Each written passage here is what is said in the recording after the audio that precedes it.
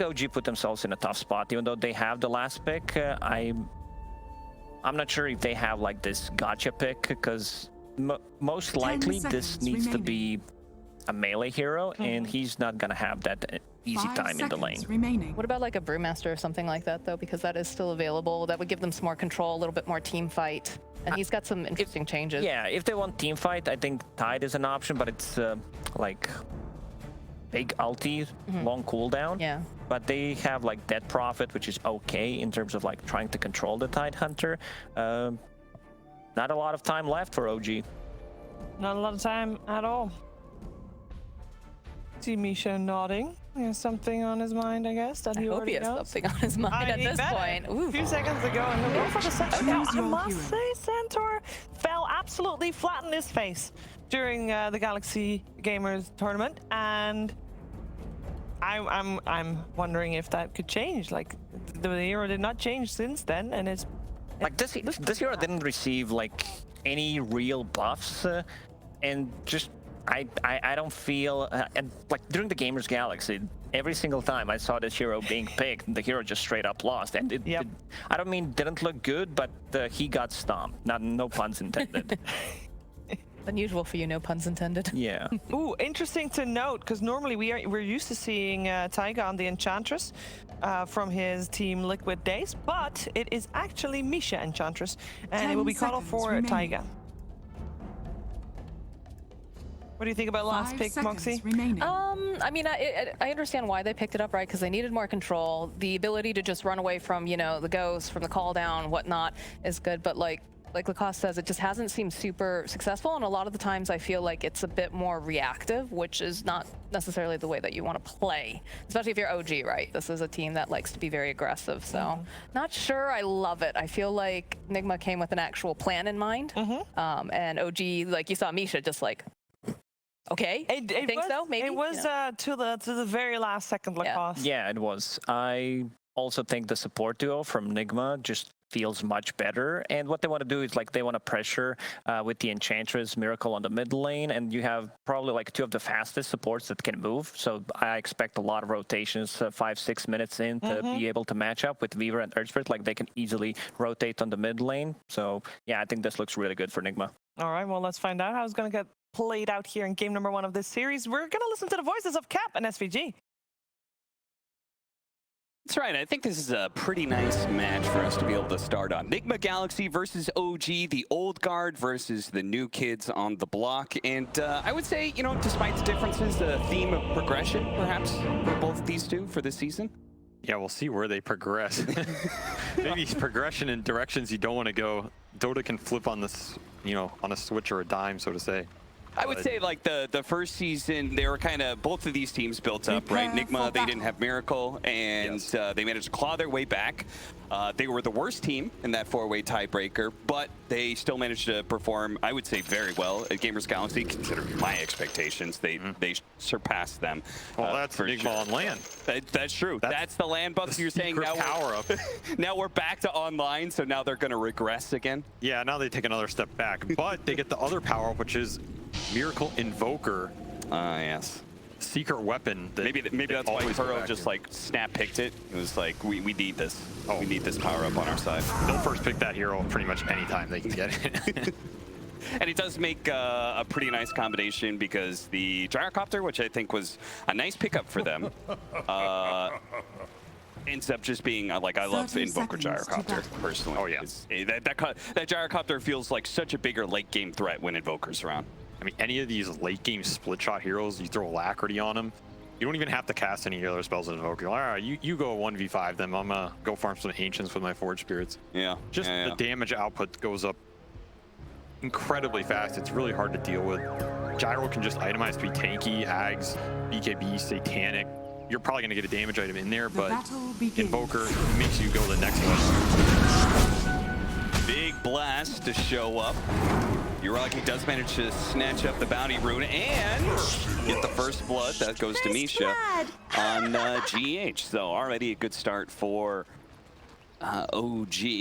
There's no mid-laner on the dire side. Hey, there's VZM. So because of that first blood, he'll miss out on his block. Creep Wave goes into the tower. I'm surprised Mish just stole that with impetus. Gotta be a little mad if you're one of those OG cores, you know, like. And BZM's like, bro, the mid laner, come I on. used Remnant for that. Yeah, I skipped Remnant. How dare you? The audacity, but I like to see this early impetus. I think there's a lot of Enchantress lanes where people forgo the spell a bit too much. Okay. They play a bit too passive on this heal, just tank damage, and this impetus spell is still really strong, especially in lanes where you can play aggressive early levels. And honestly, this lane is pretty nice for OG early on. Terrorblade is not that weak of a laner as long as he can be the one going on you, right? Yeah. If he's not in some lane where Darkseer diving him under his tower, so to say, if he can play aggressive early with early impetus, they might be able to pull ahead in this lane. And they buffed Reflection so many times that it is a powerful laning ability that he could just spam anytime his Enchantress starts to go on the offensive. So Yeah, I mean, 2 more patches and this spell will cost like 10 mana, so it's on its way. he's just always off cooldown no matter what. He's able to constantly create enemy illusions. They'll call it the anime buff, you know, just do anything to make this hero front and center. It's also really good, I mean, speaking of the impetus, right? Really good against the fact that you're facing up against a ranged off-lane core, right? Yes, it helps. I don't think their kill threat's that high on this lane, but he can definitely guarantee his Terrorblade farm, which is pretty much all you want with this hero. Because he's going to go jungle at some point anyway. He's not going to defend his tower versus DP's level 6. He doesn't want to get, you know, roamed on by some Quaswex Invoker if Miracle goes that route, which he is, so your plan with Terrorblade is pretty much give him the best early game you can, so then when he hits that jungle, he accelerates as fast as possible. And Ench is going to go ideally roam on mid or play somewhere else after that happens. And then what, Taiga then takes that safe lane and tries to hold the tower? Like, if he can do that, he's going to feel really good about it, but there's always that downside of, like, you go up there, you TP up there, you get dove, your game might just spiral out really fast. Yeah. And it's interesting to see this Coddle come back in the meta. He didn't get changed significantly, but this hero is still really strong in the lane, just infinite blasts, hard to deal with. Enigma does not have a sustain lane down here. It's Weaver. He can do okay versus Coddle if you get on top of him and start chain killing him, but it's not that great when your carry's just getting blasted. Yeah. And especially considering the early nerfs to Shikuchi, level 1 especially, with that cooldown. That hero is more exposed in laning phase than he's ever been quite some time. BZM seems to be doing a quite nice job, as that was sort of their counter pick to the first pick Invoker. They immediately grabbed BZM's hero, Void Spirit, and he seems to be doing quite well against the Miracle Invoker. It's definitely one of the best matches versus hero. Pretty much every mid player is going to go to Void Spirit, maybe Kunkka. There's some outliers like Razor you can do okay, but Void Spirit's definitely the premier Invoker counter, but again, it's Miracle Invoker. I mean, ATF Invoker, or BZM Invoker, sorry, also no joke, so it's probably going to be a first pick hero in this series. We'll just see who gets it on either side. Do you think OG have so much faith in BZM Invoker that they would be willing to first pick it in like game 2, potentially? Oh yeah. I mean, the way that No-Tail was hyping it up, it definitely seemed like... it's good. It's up there. I wouldn't be surprised if we see them get a game 2. We'll see who performs better. That would be interesting. But look at these two. Amar and Taiga. Dire's middle tower is under attack. He's just dead. They both just are playing on like no HP whatsoever. well, you know why? Yeah, why? Because Kuro killed both their couriers. Oh no! So we were talking about Weaver doesn't do well if your carry's just getting spammed, but if he kills all of their enemy's couriers, they have no regen. He took an early Geminate attack, and it paid off, which is pretty rare. Usually you go for this bug build, kills, but like double courier kill is gonna do it. Nicely played by Miracle with that cold snap just in time to stop the dissimulate and allow the EMP to get that little bit of extra burn there, but yeah. I can imagine Amar's telling Taiga, it's either you or me, bro. Like, one of us has to die in this lane to go get some items. I mean, it's definitely sad. He was stuck on these double ROPs. Also an interesting item choice, because Gyro's, he can be pretty magic damage heavy, right? And ILTW, he tends to be a skirmisher. He will go these early barrage points, he'll go the early missile. He doesn't have infinite mana on this lane, so it's not that the ROPs are bad, but they kind of became bad when his courier dies, and then he's stuck trying to get the ring, and they kind of got in this position where too little, too late. They end up giving first blood, and it catapults Gyro pretty far ahead on net worth. I know we're looking at the CS here early, but Gyro's already like, I mean, Terrorblade's not doing bad in his own right. Nice stomp, but Mars still takes a pretty healthy amount of damage and is going to have to take a healing salve there from Taiga.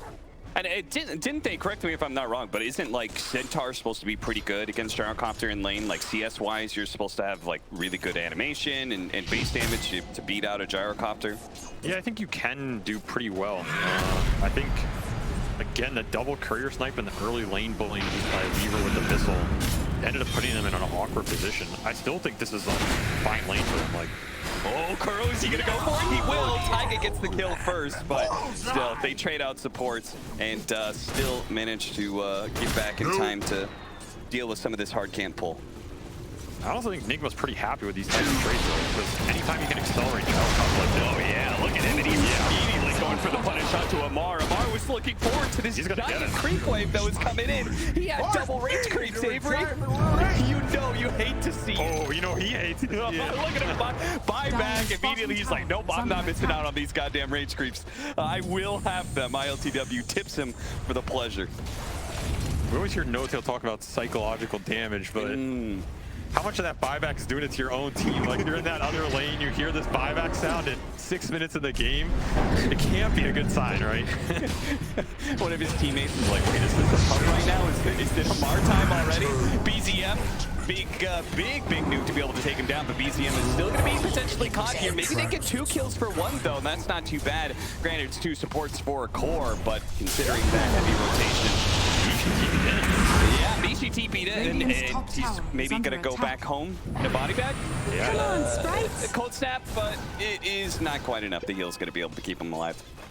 It's not the type of Ench or Coddle rotation to mid you really want to have to be making, though. They're kind of getting dragged into this, and it's 3 heroes battling Miracle in mid, and he's kind of winning the 1v3. I mean, Weaver died for the exchange, but it is nice for Taiga. He gets a lot of soul XP off that kill, so it catapults up to 5, and it remedies a little of how this bottom lane was going. But this is the part of the game where Ench has to make her impact felt in terms of this hero. She has very narrow windows in terms of how her spells interact with the game. She can't get stuff done early with the creep power spikes. It's a question of, is this hero just going to be 0-10 by the end of the game, changing? Yeah, I remember the last time Enchantress was really big in the patches. We're going to see Misha actually sneak up on Miracle and potentially blow him up. They need some detection. Oh, he kicks away. Nice play by GH. Misha gets a little bit low, but it looks like the heal should be able to sustain him through the harass. The gyro nuke. Okay, only hits the Coddle there. BZM able to dodge the rest, almost catching the Weaver. Michiguchi, they're going to go for the kill. Tries to pounce on the curl. Interrupted by the tornado. Nailed by the boulder. GH looking to be able to finish off BZM, but because that extra little bit he had, BZM was able to get away. Once again, the acorn just keeps on bouncing around from that big bad pine cone. That thing is a tanky beast. War Pine Raider. Yeah. Doing work in that Radiant's fight. bottom tower is under attack. Honestly, what a weird engagement. Radiant's It's like courier 8 heroes has mid been and killed. nobody dies. Yeah. Very strange to see. I thought Enigma was going to be able to capitalize on it with the early gyro rotation just because this gyro is so high level, but kind of looked like it did more than it actually did. Where's my pension? Honestly, BZM's okay with that trade because he had a regen rune the entire time. Yeah. So he's like, all right, I'm down to waste resources. And we see like that miracle kill would have been huge if they got it. Because right before this, we were talking about this Ench getting value out of her rotations. That's the exact type of kill you want to have happen. Accelerate your mid, gain your levels back. But now there is a big timing coming up for the Enchantress. I know, like, last Enchantress patch, it was very much like, okay, rotate on first catapult. Like, take that mid tower if you can with the first catapult. Yep. Second catapult wave is coming up, so that's got to be a potential timing for Misha to show his worth, right? yeah, but where do you go with it? Yeah, that's true. It's really hard to just push mid into Quas Wex. It's hard to go into this gyros lane. ILTW stayed down here, and we're going to try and capitalize on it. 4 heroes. They're going to punish Amar. Stampede still on cooldown. I'm not sure how GH missed that roll. That looked like he hit him, but either way, it's a very dead horse. Yeah, Miracle, you know, dodging some of his own teammate spells there, but no problem. But yeah, it's hard to invade these areas with Hench just because of so much early magic damage. They really need Void Spirit to do it, and DPC is making some action happen. This Coddle Void Spirit can accelerate super fast in terms of the early power spike damage. This is a combo we've seen before. It can be quite nasty, so something to look for as the game progresses. And to some degree, we haven't talked about it, but Yuragi's quietly been farming to the top of the net worth. Mind Control took the top tower. He's in a decent position with the DP, but Carolyn's having a decent game as well. BCM shows up. Misha there to ensure Mind Control is not really going to go anywhere. Between the slow and the blast back there from Taiga, they really heavily committed to be able to kill Mind Control. You can go. And eventually they do get him, but it comes at a pretty hefty price. Amar trying to defend this off-lane tower. The Siege Wagon might just be able to finish it up. Dire's bottom tower is under attack. We'll see. Very smart. Drags the creep wave outside of the tower range, so the Siege Wagon dies that much sooner, but it's left on very little HP. Oh, GH spies a stack and is actually going to pop his ultimate to try and clear through it. Curlo's going to play a little bit of interference there. Gives up his life perhaps a little bit faster than he intended, but they are taking that stack. Who's taking it? Oh, never mind. All right, Taiga, you got it. GH, I feel like, got a hefty number of those. Nice kick back there on the Centaur with the Tornado as well on top. A pretty clean extraction there as Gyrocopter coming in from the other side. ILTW, the skirmisher you called him, and he shows up at a perfect time to be able to ensure one, maybe two kills. Taiga, GH wants it, gets the kick. He's got the sounds pull back, and surely Miracle will be enough to finish him. He is indeed. Dire's middle And tower. mid-tower goes down off the back of that DPO. Where did Mind Control even come from in that fight? He came from the top river. Radiant's bottom tower Just is under be a attack. long journey. Yeah, but really strange engagements, to be honest. A lot of these like river fights you don't see too often. Where this game has insane tempo in terms Radiant's of the bottom skirmishes. tower is under attack. BCM has an invis, so no detection. Went into the sentry. Yeah, and with the bug on him, he can't jump away. The Tornado into the roll, and we were talking about what were the potential heroes to pick up. And we talked about a number of different forward positions, but the Earth Spirit Invoker combination, Nigma has obviously pushed this one to the limit for many years now. Yeah, it's definitely pretty strong if you get into that mid game. And they got out of the lanes okay-ish with it, so not a lot of downside for them as this game progresses. And honestly, Nigma's, they're progressing their game plan decently in terms of getting this Gyro super farmed and having him get buffed up later. It's again comes down to how much can this Void Spirit get done, and they're smoking him again to try and get more action on the map. They're kind of baiting Amar, I think, as the smoke's gonna break. Breaks on an invisible Invoker. BCM well aware of it now, but not much he can do about it. He just assimilates backwards. Gyro all the roll-in, but he managed to actually step away just in time. GH does also a little bit of danger here. The Stampede's gonna go down. Another beautiful Tornado interception. It's not enough to be able to save GH, but maybe Miracle can keep his own skin intact as he's able to back himself Radiant's away. middle tower is Misha under attack. is there, but only as a little piggy. So 13 minutes in, and OG kind of pushing back on all this aggression that we were seeing from Nigma. I mean, these were definitely two of the more aggressive teams when it came to the Gamers Galaxy tournament. Yeah, it's showing here. I love this kind of Dota, to be honest. Like when carries are basically in every type of engagement. We saw Yuragi show up here finally. Yeah. He has this nice Dragonlance Yasha timing, gets a tower off the back of it. He's pulling super far ahead. Honestly, just really cool fights to see. I'm not sure who it's entirely favoring. It feels very odd in a way. It's there's a lot of random deaths, a lot of random tower deaths, but the game still feels very even. I have to say it slightly might favor Nigma just because it feels like this Centaur's impact is going to be somewhat muted. This hero is a very timing sensitive hero in terms of you get this blink and then what do you do with it? It's hard for me to see him go in here. Nice under at the last second. They still have plenty of damage to be able to bring down Yuragi if they can keep him in place, but they can't. GH was unable to get another round of disables in, and GH is actually going to be pulled back into a stomp there from Amar. They get that fast kill. Burrow on the back lines actually gets a little bit low as well. So OG with a very successful defense and perhaps a little bit more. They're going to be able to bring Mind Control a little bit low, but BCM's got a nice stomp in. What is he going to do with that blade? Kuro just in time. Miracle throws out a desperate tornado. It's not going to catch BCM, and it may not save Miracle's life either, as he's going to be slowed down by that solar bind. OG playing that very defensive fight to a picture-perfect result. Nobody dying, and they managed to pick up the kill on both Mind Control as well as Miracle. That's about as fast of a high impact you can get out of a Blink Dagger as I think I've ever seen. Just mid-delivery of that fight, instant blinks, 2 core hero stun. Very weird engagement though by Nigma in terms of the Gyro and Invoker showed up with MC. MC goes in with that DPO, and then Gyro goes back to farm his own jungle. Yeah. He was like, I did my part. I'm not gonna. I have creeps to hit. I'm not taking this fight. Yeah, I've got to keep up with that Terrorblade, who's currently over 2,000 net worth ahead. Now, you said you were kind of leaning towards Nigma, despite the TB farming so much. Are you not, like, do you feel like Gyrocopter Invoker is enough to offset the Terrorblade threat? It's strong, but Radiant honestly, this structures Terrorblade are is. fortified. He is a force to be Radiant's reckoned with, middle and tower it's is under not that attack. easy for Nigma to all in him, right? If he can just sit here in front line like this, because he's so strong so early, Radiant's middle tower how do they has just fallen. go on him and all in him? It's Dire's off the tower GH is under silence attack. or DP silence, but that's where things like the Blinding Light, some End Shield, the Stampede, a rare spell that you don't interact with a lot, they kind of have 2 soft saves in terms of that. This Pumper's toy, Amar is making it look really good here, and ILTW is going to fall as a result of that one. Nicely played, and look at that. Amar, he's got a long memory, and he does not forget those tips. He ensures that he will always pay them back like a Lannister. He pays back those debts. You can make me buy back, but I'll make you buy back later.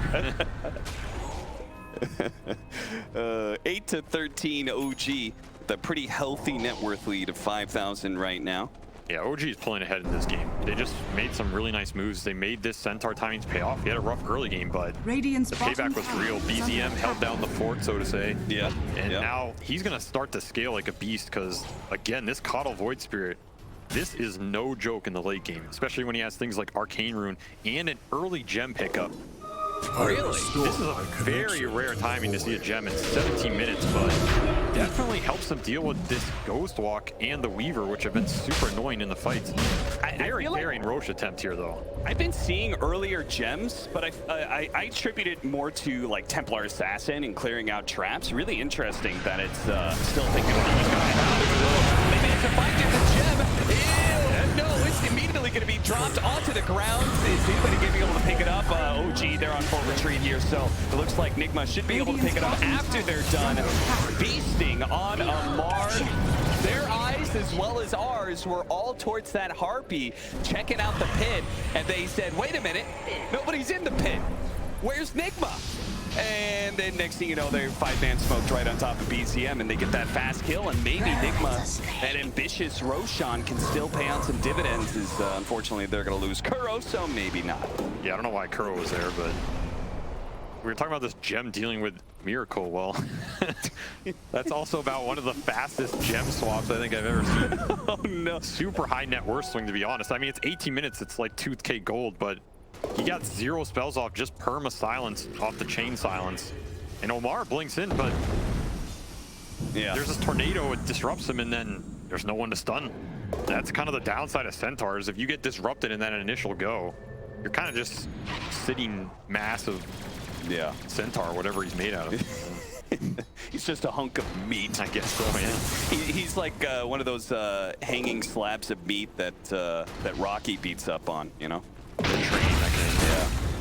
I feel like that's like the Centaur of the Axe syndrome. You know, you get your Blink Dagger, you blink in, you cast one spell, and then maybe you start a good fight, but you're also probably just dead. Something else to note is Taiga went for Dagon this game. This is a Chad build right here. Like, I'll say something about this OG squad. These guys are some Chad players. Like, 17-minute gem, Dagon Coddle, just go in, make the right play. I will say, if they can get the right fights with it, off the Solar Bind Amp, build's still viable. It deals a huge amount of damage. It also helps Centaur in making sure that his stuns count for a lot. Being able to burst the hero you go on, right? It kind of can make sense to me. It's really annoying for Weaver, for example, if you can kill him in the first jump and he can't get the time lapse off. The downside is Enigma cores get BKBs. Yeah, wouldn't, I mean, okay, BKB would still be a problem there, but I feel like any sort of, like Aghanims, for example, or any support item that helps the TB, wouldn't that just be better than trying to focus? Job. Come on, man. That's the 5 positions job. The 4 position is trying to transition into a core right now. I mean, that's every Coddle player. Like, they're going to play to carry the game. That's what this hero does. He's a master. He's a fixer. Oh, big Stampede Blink. They're going to be able to find Miracle here. Big kill for OG. And they also pop meta for that, so Roshan for them? Definitely on the menu. And this was terribly Scotty timing, so that's the best target you can find and the best objective you can get off of it. You're talking about him pulling ahead. He's like 4K up now. Yeah, seriously. This boy's a beast. And maybe you should make Amar die back because he seems kind of mad and he's taking out his vengeance. He's like the Hulk. Don't want to make him angry, Kuro. They're going to throw it in. GH, he tries to roll in, but unfortunately he's just a second too late. And immediately he's decimated, as is Mind Control perhaps. He's having some big issues, but maybe not. The because this actually runs out at the perfect timing. ILTW though slowed down by the Scotty. He tried to man up, but the Terrorblade was a little bit too much for him still, though. The rest of Nigma are alive. They're trying to keep their distance away from this TB. He's got the Aegis after all. There's no point to commit here. Kuro, once again, this Tumblr's toy. Goddamn. Don't get another item, Amar. This is working out beautifully for you. They left the gem. Oh, Kuro had it at the end there. He died up on this, near this cliff. Oh, the courier's coming. Oh no, the courier. Nigma, they're not gonna be there in time. Oh wait, maybe Misha knows. Misha. You gotta hurry, bro. Forget it. He'll drop a fluffy hat or something. He doesn't want to drop his fluffy hat. Oh, he was trying to bait the courier. That's greedy, but could have paid off. I mean, that was a GH buyback. I'm surprised Nigma tried to take that. It's kind of Nigma's style. They really hate giving up Roshans. They almost always try and contest, but Miracle's dead for 10. He can't even get to this fight. GH just gets obliterated by the Dagon. And it looked like MC was just going to get shredded here, but he got bailed out by that meta timing. Super fortunate. Now, this is something that I noticed a lot at Gamers Galaxy, and as you say, this is a trend continuing with Nigma. Don't you feel like they commit too much? I feel like they're always losing Roshan fights. I don't know what it is, but every single time they get close to the Roshan pin, it's just not good news for Nigma. They're going to lose Miracle and Kuro as OG Hunting Squad continues to run around the map, and apparently the Dagon's paying off already. I think Nigma's a team where it might feel like that because it's like I said, they hate giving it up. So they contest a lot of times in situations where it's honestly really difficult to contest it. Like that fight is just an almost impossible fight. There were some small things that went like down for them in terms of Gyro BKB versus Sunder and some of these small timings in the fight, but when your arguably strongest hero Miracle isn't there on this Invoker, and he can't even get there, it's just a difficult fight. Maybe if GH snatches an Aegis or something, but those types of engagements are just difficult, So in other words, they have the most bad Roshan fights because they just have the most Roshan fights, period. Well, I wasn't trying to blame them, but you just went in there. I mean, I'm like, listen, I saw it at Gamers Galaxy. Like, I swear to God, they lost like every Roshan fight they tried to take. Honestly, I will say, I feel like some of these more aggressive fight contests or Roshan things tend to work better on land than online. Just to fit the narrative even more. There, you know, confirmation bias, but on land, people tend to play a bit more scared or grouped. So if you're the more aggressive team, you can sometimes take advantage of that. Radiant's top Whereas tower online, is like under we're attack. seeing here, there's no hard tell in this game. They're just running at Nigma constantly, using their advantage to good avail here. I mean, you said they were the most Chad team. They're looking like it. Tumbler toy into Stampede. I'm not even sure they saw anything there. Just fishing. Oh, Smoke's gonna break. Dives behind the tier 2. Barely misses out on spotting ILTW. And is now maybe gonna get caught though. They're gonna get sandwiched at the same time. There's a gigantic Terrorblade coming in from the other side. Amar's gonna go for a TP out. A desperate one at that. It doesn't actually make it through. Uragi's being slowed down by the supports. They do manage to kill Kuro, snatching him up by BZM, and TB delivers the damage. Nigma Galaxy though, trying to play that mice here right into the green. really nice deafening blast there into the meteor. They have to pop their BKB, and this Terrorblade, he's going to get caught in the second life. He's not going to have that metamorphosis. This could be a disaster for OG as Misha's going to get run down.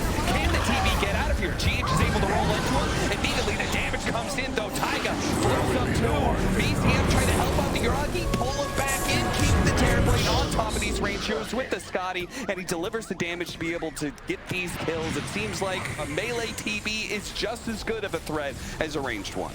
Well, when you're standing on top of them.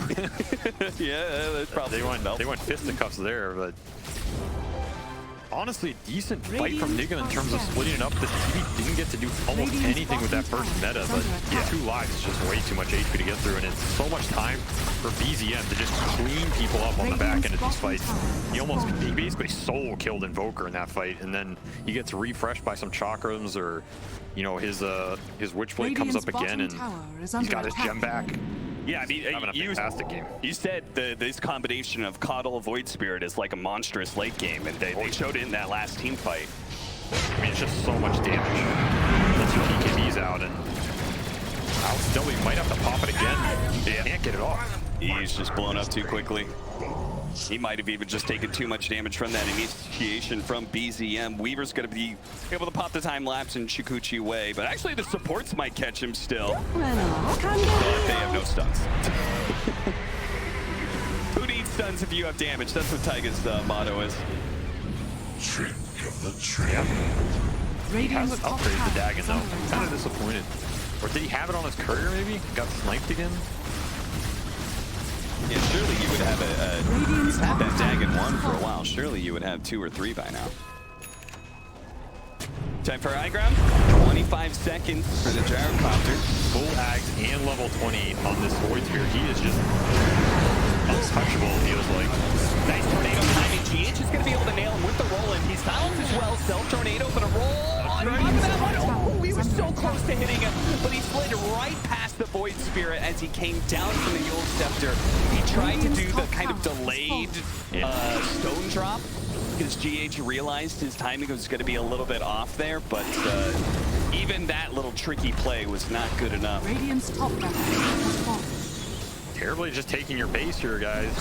Yeah. This guy's way too far ahead. It's impossible to engage on him here.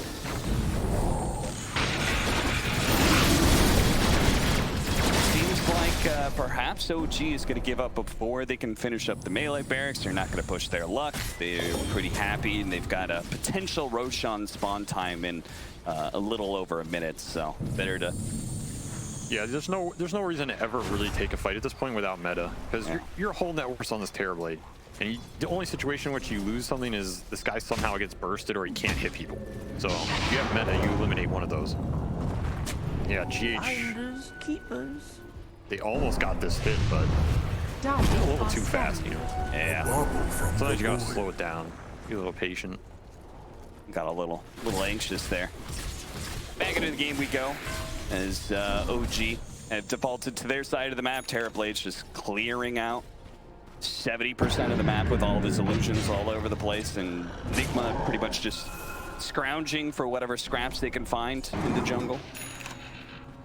LTW, he joined a lot of these early fights. He went this Maelstrom BKB build, which is a build you really want to win the fights off of, because now he has to go Ags third in order to try and scale into this late game, and Ags is majority a farming item until you get 1 or 2 damage items later, so this build's kind of not backwards, but it's unfortunate in terms of the efficiency. He really needs 1 or 2 more items to compete with this Terrorblade, which means Enigma's really looking to stall this game out. They cannot take a head-on 5-on-5 right now.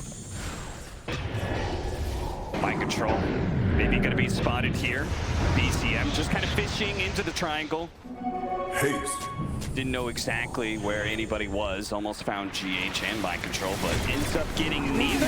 Or maybe he's going to be able to get both. He pulls back Mind Control. Assimilate's going to do a decent amount of damage. Misha is here, maybe to help deliver the finishing blow. They actually managed to get it off. A push back in. Miracle's certainly dead, and ILTWP will fall right after him. Oh, what a jump from Babar, and he double tips him this game. He says, Ladyface, it's whatever, man. It's about winning the game. That's the important part. Amar's going to go ahead and complete the a trifecta perhaps. A third stomp onto a third Rid him floor. into the next game right there. And OG, that may just be it. They'll get a Force out buyback. some buybacks. I don't think Nigma can possibly fight without their gyrocopter, so it's going to be 2 lanes of barracks at least. Yeah, it's out spam and hope it takes him longer than Look at Amar, he's already got the mantles. Oh, you already know this man's thinking about the bounce cam. Oh no, Amar, don't do it to him. This is a proud team, a proud organization. They're TI winners, for God's sakes, Amar. You can't be dropping mantles on them. He hasn't dropped them yet, you know. He's just thinking about it. He's just warming up the idea. Look at him, he's re-queuing him up. He's even bought one on accident. Oh man, he is too excited. It doesn't look like it, but on the inside, he is absolutely giddy to be able to beat ILTW here. It does honestly feel pretty good when you have like one of the worst early games. I mean, his wasn't the worst, man. Like honestly, his early game wasn't that bad. Sure. For what happened, it was should have gone better, but it wasn't like he had no game. But he probably feels pretty good in terms of how he played coming back from that. Yeah, being able to bounce back from that. That's a good trait to have as a player. Yeah. When people dunk on you and then you get mad and then you just dunk on them back. And that's an off-laner trait for sure, right? You gotta get mad. Dying in lane. Oh, you're right.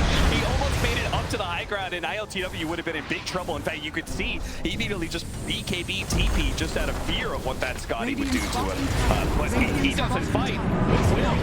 They're going to be giving up Megas if they don't try and put a stop to them here. OG marching forward. Gyro rolls to try and kill this heartbeat creep. This thing's still flying around. Amar goes for the initiation stampede. They're going to be able to find GH. Pull back, and now he gets the stomp in. That's going to be on Mind Control. Mind Control cannot stand up to the physical damage of the Terrorblade, who gets forced down in. Finds ILTW. Can't even crawl back to the fountain. Amar begins the drop. That's right. Offer your hand. He was trying to high-five him too, but nobody wanted him to. No one wanted to give him a high-five. Unsurprising. Well, ILTW died too quickly to give him a high five. So. I mean, honestly, just a game of pure aggression from OG after that like 10-minute mark. After that 15-minute fight mid, where Amar got that blink,